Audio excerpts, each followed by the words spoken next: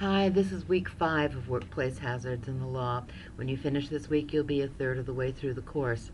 Um, we move back to the OSHA process. Each agency has its own laws and its own regulatory process. The OSHA one is the one which most clearly affects the most workers, and so we'll be looking at that process. Um, there used to be a lot of regulatory activity. In the last several years, there's been much less, in large part because the process has taken so many years in each case, sometimes as long as a decade, to get a regulation proposed, written, and put in the federal record and promulgated and challenged in court and finally put on the on the books as something that can be enforced by OSHA.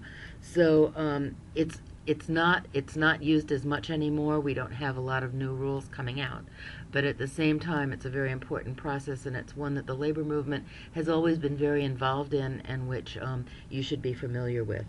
So you need to have a working knowledge of the OSHA rulemaking process.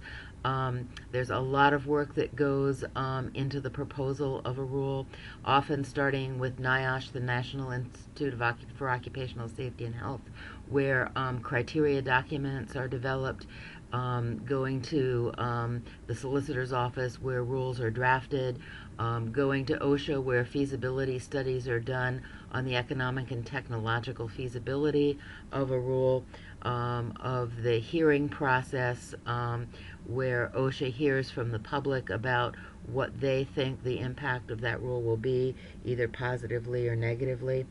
A very long preamble is usually written to the OSHA regulation, and OMB, the Office of Management and Budget, is involved in any rule that has a significant impact, that is $100 million or more of economic impact on the economy.